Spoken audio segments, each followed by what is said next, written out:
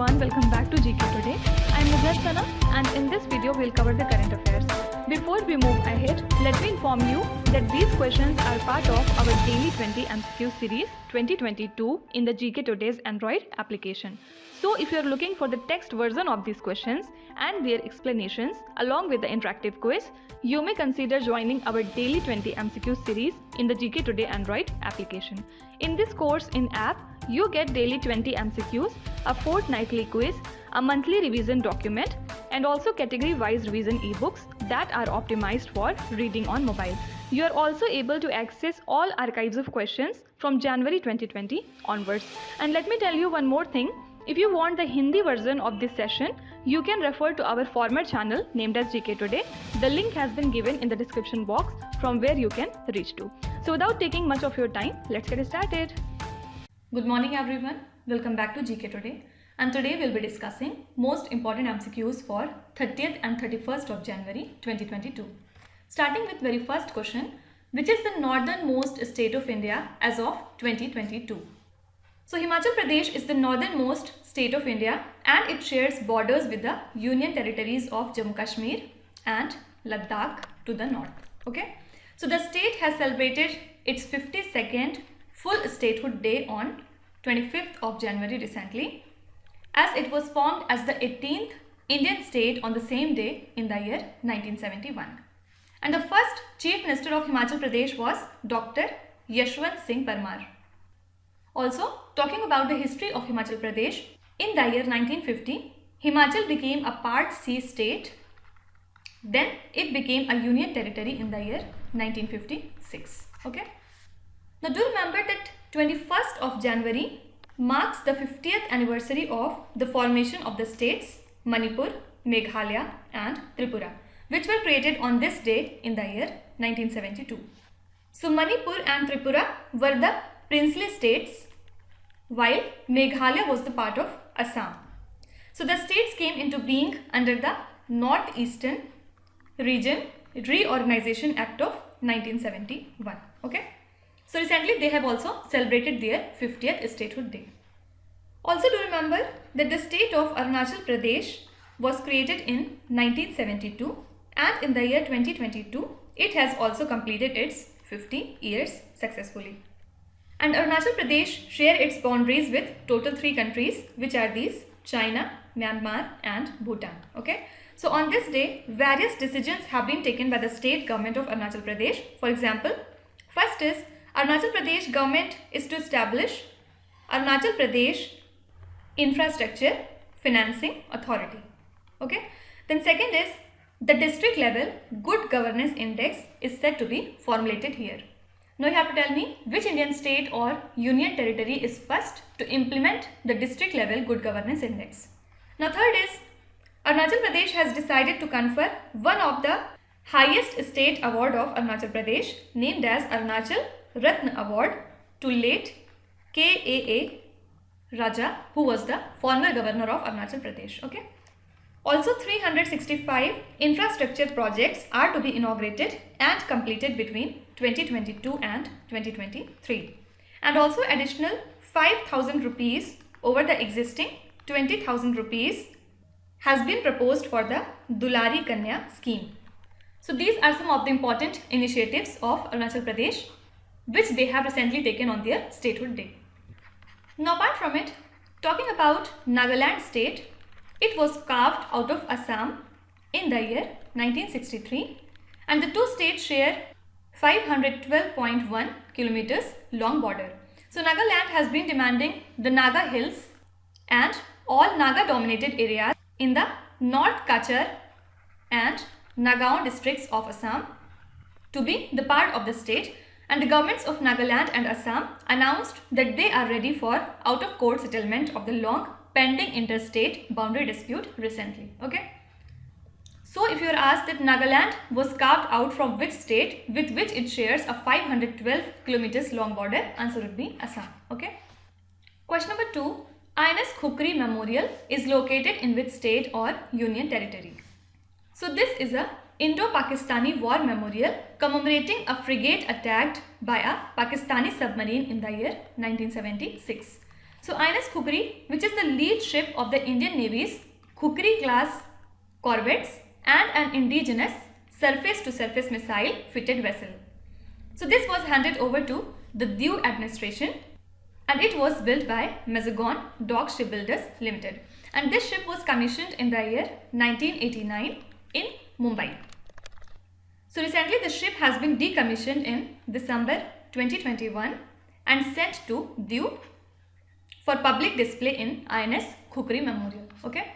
Now last month, the 22nd President Standard Award was presented to the 22nd Missile Vessel of Indian Navy. So during the 1971 Indo-Pakistan War, the vessel bombed the Karachi port and sunk the Pakistani ships. So this was being awarded in 2021 because it marks the 50 years of successful deployment of the squadron. Okay, and also this is called as the killer. Fine. Now Indian Navy Day is celebrated on 4th of December and the theme for 2021 was Indian Navy combat ready, credible and cohesive. Okay. Now also Indian Navy has recently commissioned INS Vela, which is the 4th stealth Scorpion class submarine under the Project 75. So this project basically comprises of construction of total 6 submarines of Scorpion design. Okay, and out of these 6, 3 submarines have already been commissioned, the name of which are Karanch, Khanderi and Kalwari. Okay, and obviously built by Mazagon Dockyard Shipbuilders Limited. Now also we have seen that Indian Navy has formally commissioned INS Vishakhapatnam at the Naval Dockyard in Mumbai. So this ship can be regarded as one of the significant potent warships to have been constructed in India, and it is propelled by 4 powerful gas turbines in a confined gas-to-gas configuration. Okay. Question number 3. India has paid $29.9 million in budget assessments of which institution? So India has paid this much amount in United Nations regular budget assessment for the year 2022. So do remember that India is a non-permanent member of this 15-nation Security Council and its 2-year term will end on 31st of December 2022. So as of January 21, 2022, 24 member states have paid their regular budget assessment in full, while Iran, Guinea and Vanuatu paid the sufficient dues to the United Nations regular budget to regain their voting rights. So only Venezuela and Papua New Guinea don't have the right to vote in this 193 member body. Okay. Now the International Monetary Fund has released its World Economic Outlook January 2022 assessment, and as per this update, India is estimated to grow at 9% in 2021 to 22, down from 9.5% that was projected in October 2021. So also it projects 9% growth for the Indian economy in 2022 to 23, and the global economic growth will dip from 5.9% in 2021 to 4.4% in 2022. Okay. Now talking about the United Nations, recently it has announced that the world is to face 5 major risks in 2022, and these risks are referred to as 5-alarm global fire. And which are these 5 risks? First is COVID-19, second is lawlessness in the cyberspace, third is climate crisis, fourth is bankrupt global financial system, and last is diminished peace and security. Okay, so you have to remember all these 5 names. And also earlier we have seen that recently United Nations has launched the largest country specific appeal for the country Afghanistan. So this is a $5 billion appeal, means according to United Nations member countries, $5 billion is required to save Afghanistan. Fine. Question number 4. AK-203 deal was signed by India with which country? So Russia has supplied the first batch of 70,000 rifles as a part of AK-203 deal to manufacture the AK-203 assault rifles in India. So the first batch is likely to be used by the Air Force while the rifles to be manufactured at the Amethi factory will be delivered to the army. And the manufacturing will be done by Indo-Russian Rifles Private Limited, which is a joint venture between Advanced Weapons and Equipment India Limited and Russia. Okay. Now, apart from all these things, after massive protest, the Serbia government has cancelled the licenses for lithium mining to Rio Tinto, which is a multinational mining organization. So the Jadar is a river to western Serbia, and it is a 75 kilometers long tributary of Drina river. So Serbians staged protest against the Rio Tinto's plans to mine the lithium in the Jadar valley near Lozinka town in the country. Okay. Now you have to tell me which country has recently imposed environmental emergency for 90 days. Please answer me in the comments. Now talking about Russia, recently China, Russia and Iran navies participated in the Chiru 2Q22 joint drill, and the exercise was held in the Mediterranean waters. So you can be definitely asked that which countries participated in this exercise. Answer is China, Russia and Iran. Also recently, Russia has started supplying S-400 Triumph air defense system to India, giving a major boost to Indian defense capabilities. And not only this, also Russia has started the delivery of S-400 missile system to India to boost India's air defense capabilities, and India bought this system for $5 billion in the year 2018, and the first tranche payment of $800 million was done in the year 2019. Now you have to tell me from which country we have bought the Romeo helicopters. Please answer me in the comments. Question number 5. Buddhadeb Bhattacharjee, who refused the Padma Bhushan award, was the Chief Minister of which state? So the 77-year-old Communist Party of India leader Mr. Buddhadeb refused the Padma Bhushan award that was announced in 2022. So he served as the Chief Minister of West Bengal basically from 2000 to 2011. Not only this, legendary singer Sandhya Mukherjee and tabla exponent Anindya Chatterjee also refused the awards. Okay. And talking about Sandhya Mukherjee, she has a 70-year-long career and she has sung thousands of songs for Indian cinema. Now apart from it, the 61 winners of Pradhan Mantri Rashtriya Bal Puraskar 2021 and 2022 got the digital certificate that use blockchain technology developed by IIT Kanpur under the National Blockchain Project. So the digital certificate will be stored on the digital wallets installed on the mobile devices of the recipient, and these certificates are globally verifiable and they cannot be forged in any case. So IIT Kanpur had awarded the digital degrees to its students for the first time using the in-house developed blockchain technology. Okay.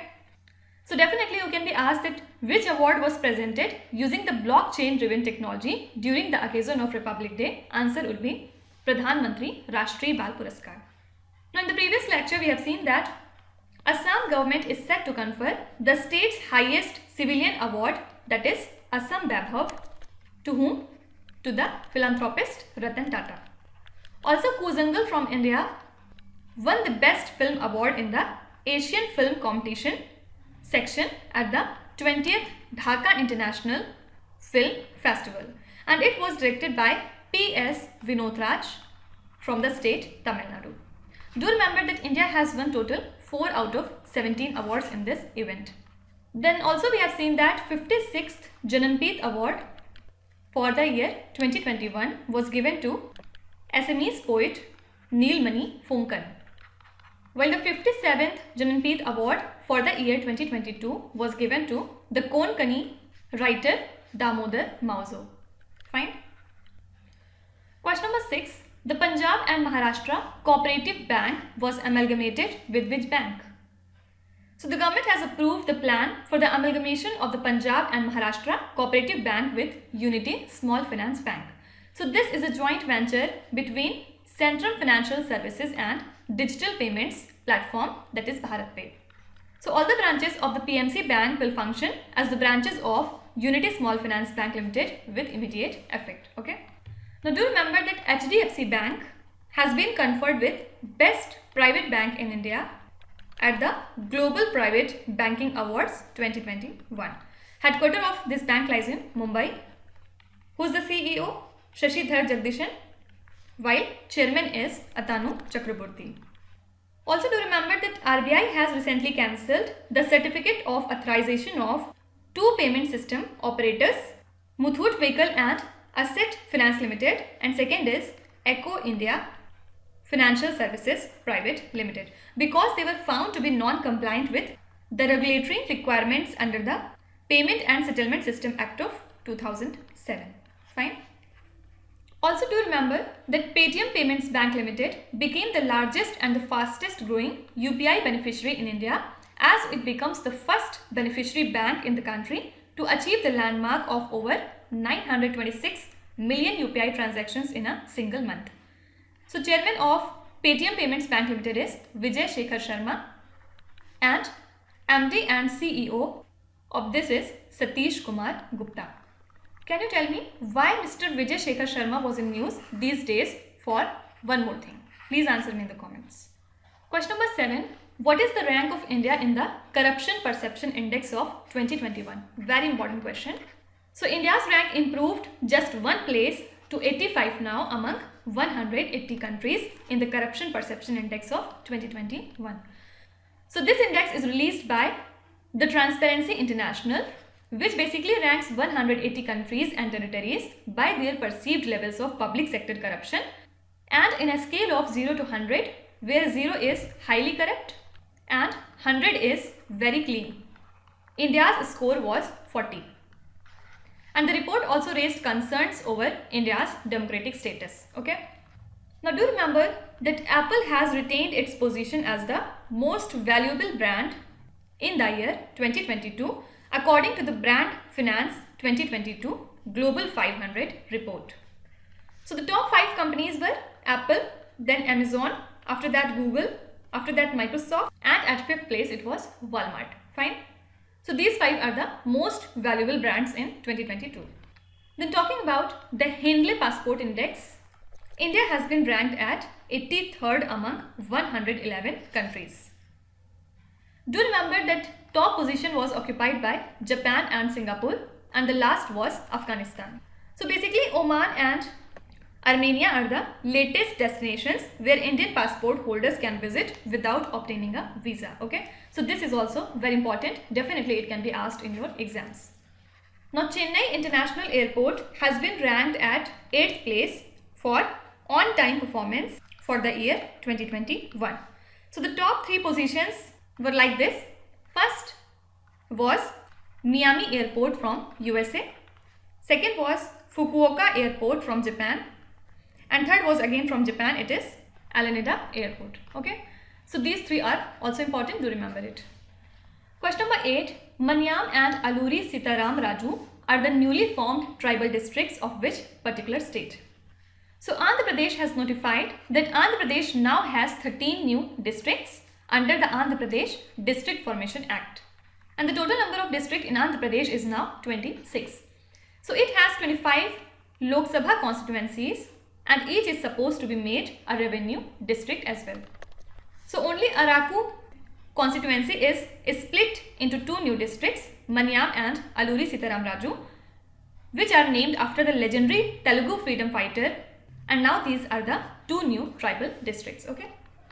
Talking about Andhra Pradesh, recently the state government of Andhra Pradesh has notified the rules for the Mahila Police Wing, and also it has created a separate women police cadre and the wing that comprises of inspectors, sub-inspectors, senior Mahila police, assistant sub-inspectors, Mahila police personnel, etc. And also Andhra Pradesh government has recently released 686 crore rupees for the Vidya Divena scheme, and this is the 3rd tranche of this scheme. So actually it provides the scholarship to the students who are not able to pay their college fees. So do remember that this scheme belongs to Andhra Pradesh. Question number 9. Who is India's first woman Rafale fighter jet pilot? Very important question. So country's first woman Rafale fighter jet pilot Shivangi Singh was part of the Indian Air Force table at the Republic Day parade. So last year, Flight Lieutenant Bhavna Kant became the first female fighter jet pilot to be part of IAF table, and Shivangi is only the second woman fighter jet pilot to be part of this program. So she was commissioned in the IAF second batch of women fighter pilots, and she was flying MiG-21 Bison aircraft before flying the Rafale. Okay. Now another important news, Olympic gold medalist Neeraj Chopra has been bestowed Param Vishisht Seva medal in this year's list of defense awards. So this is the highest non-gallantry decoration that is given to the defense personnel. So this is actually accorded to the 3-star officers for distinguished service to the nation, and Neeraj Chopra undertook his training at the Army's sports institutions, and he was picked to join the service as part of Mission Olympic. So definitely you can be asked that which sports person has been bestowed with the Param Vishisht Seva medal. Answer is Neeraj Chopra. Also, the Home Ministry announced the list of recipients of Padma Awards recently. So 128 people have been named this year for the awards, which are conferred in 3 categories basically: Padma Bhushan, Padma Bhushan and Padma Shri. So the third highest award, that is Padma Bhushan, will be conferred on global heads of tech giants Microsoft and Google, that is Satya Nadella and Sundar Pichai, and vaccine makers Cyrus Poonawalla of the Serum Institute and Krishna Ella and Suchitra Ella of Bharat Biotech. Also, India's first Chief of Defence Staff, late Bipin Rawat, was conferred the Padma Vibhushan. Okay. Now coming to last question, Ministry of Electronics and IT has approved the project of state to set up India's first Graphene Innovation Centre. Here it should be like in which state. So it has given approval to Kerala for setting up India's first Graphene Innovation Centre, and the state-run Digital University Kerala is to set up India Innovation Centre for Graphene, also with Research and Development and Incubation Centre. So it will be implemented with the support of Government of Kerala, and Tata Steel Limited will be the industrial partner of the centre.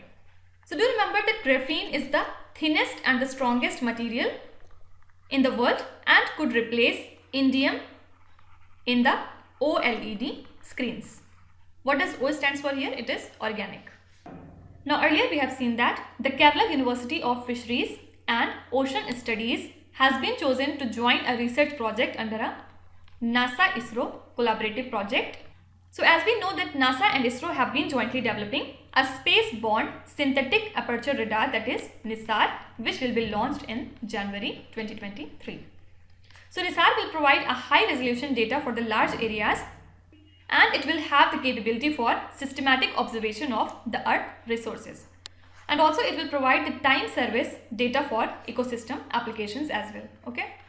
Now do remember that Kumbalangi village from the state of Kerala has recently become the first ever sanitary napkin free village in the country. Now let's start with today's quiz. Here on the slide you can see 5 questions which have been taken from the past 2-3 days current affairs. Pause the video and try to solve each of these questions, and at the end of the lecture do not forget to share your scores in the comment section. So please be honest and do not cheat with yourself. So that's it for today. I hope you have liked the session. These were the important news and events from today, and we will meet again tomorrow with some more important current affairs. Till then, stay tuned. Thank you so much for watching, and please do not forget to subscribe to GK Today. With this, me Nuzhat Sana signing off.